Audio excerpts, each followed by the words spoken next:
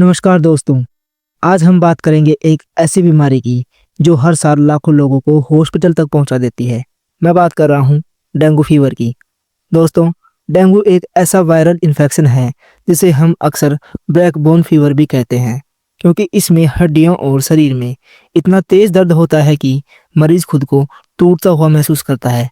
तो दोस्तों, आज के इस वीडियो में स्टेप बाय स्टेप समझेंगे डेंगू होता कैसे है, इसके स्टेजेज और सिम्टम्स क्या है, किन पेशेंट से ये ज़्यादा खतरनाक होता है, ट्रीटमेंट और प्रिवेंशन कैसे करें। तो वीडियो को अंत तक ज़रूर देखें दोस्तों, क्योंकि मैं आपको कुछ ऐसे पॉइंट्स बताऊंगा जो डेंगू से बचने में लाइफ सेविंग साबित हो सकते हैं। अब बात करते हैं डेंगू क्या है। दोस्तों, डेंगू एक वायरल इन्फेक्शन है जो एडिज एजिप्टाई मच्छर के काटने से फैलता है। ये वही मच्छर है जो दिन में काटता है और इसके शरीर पर ब्लैक एंड वाइट स्ट्राइप्स होती है। वायरस खून में जाते ही पूरे शरीर में मल्टीप्लाई करता है और इम्यून सिस्टम पर अटैक करता है। इस वजह से हाई फीवर और सीवियर पेन होता है। दोस्तों, बात करते हैं इसके सिम्टम्स की। तो डेंगू के लक्षण 4 से 10 दिन में दिखाई देने लगते हैं। तेज बुखार आना, सिर दर्द, आंखों के पीछे दर्द, मसल्स और जॉइंट्स में सीवियर पेन, नोजिया और वोमिटिंग, स्किन पर लाल चकत्ते, प्लेटलेट्स का गिरना।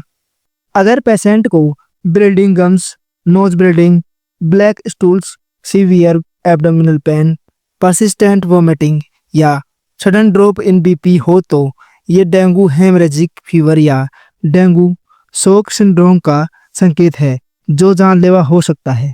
अब समझते हैं कि डेंगू वायरस हमारे शरीर में कैसे फैलता है। जब एक इन्फेक्टेड एडिज एजिप्टाई मच्छर इंसान को काटता है तो उसके सलाइवा के साथ डेंगू वायरस हमारे खून में प्रवेश कर जाता है।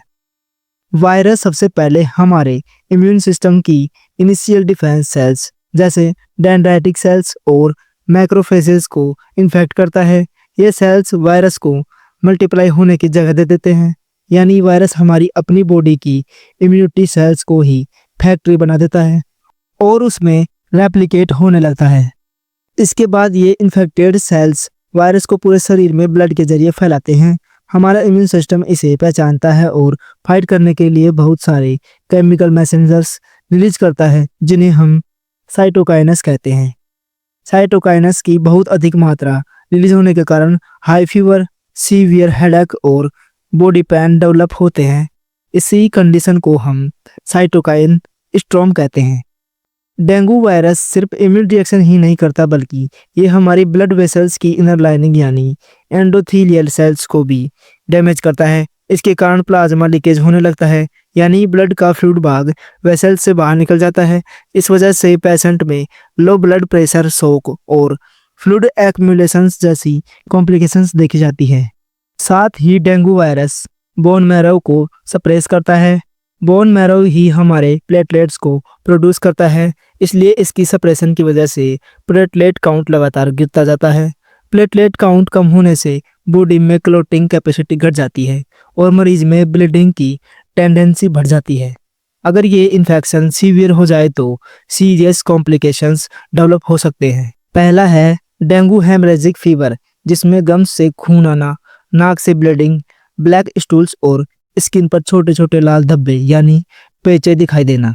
दूसरा है डेंगू शॉक्स सिंड्रोम, जिसमें प्लाज्मा लीकेज और सीवियर लो ब्लड प्रेशर की वजह से पेशेंट को शॉक और मल्टीप्लाई ऑर्गन फेलियर हो सकता है। अब बात करते हैं इसके डायग्नोसिस की।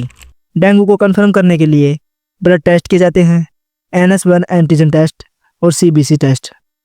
अब बात करते हैं इसके ट्रीटमेंट की। तो डेंगू का कोई स्पेसिफिक एंटीवायरल ट्रीटमेंट नहीं है। मैनेजमेंट केवल सपोर्टिव केयर पर डिपेंड करता है। हाइड्रेशन सबसे ज़रूरी है। ORS, कोकोनट वाटर और सौंफ लें। हाई फीवर के लिए पैरासीटामोल दें। एस्प्रिन या इबुप्रोफेन कभी नहीं दें, क्योंकि ये ब्लीडिंग बढ़ाते हैं। प्लेटलेट्स और BP के लिए रेगुलर मॉनिटरिंग करवाएं। सीवियर केसेस में हॉस्पिटलाइजेशन और IV फ्लूइड्स देते हैं। और दोस्तों, बगैर डॉक्टर की सलाह से कभी दवाई ना लें। अब बात करते हैं इसे घर पर कैसे मैनेज किया जा सकता है। पपाया लीफ जूस लें जो प्लेटलेट्स बढ़ाने में मदद करता है। ग्लो जूस लें जो इम्यूनिटी स्ट्रॉन्ग करता है। कोकोनट वाटर लें जो हाइड्रेशन और इलेक्ट्रोलाइट्स बैलेंस करता है। अनार और चुकंदर का जूस लें जो ब्लड और प्लेटलेट्स को सपोर्ट करता है। विटामिन सी रिच फूड्स जैसे ऑरेंज, आंवला, कीवी इम्यूनिटी बूस्ट करते हैं। ध्यान दें, ये सिर्फ सपोर्टिव है। हॉस्पिटल ट्रीटमेंट और डॉक्टर की एडवाइस हमेशा फॉलो करें।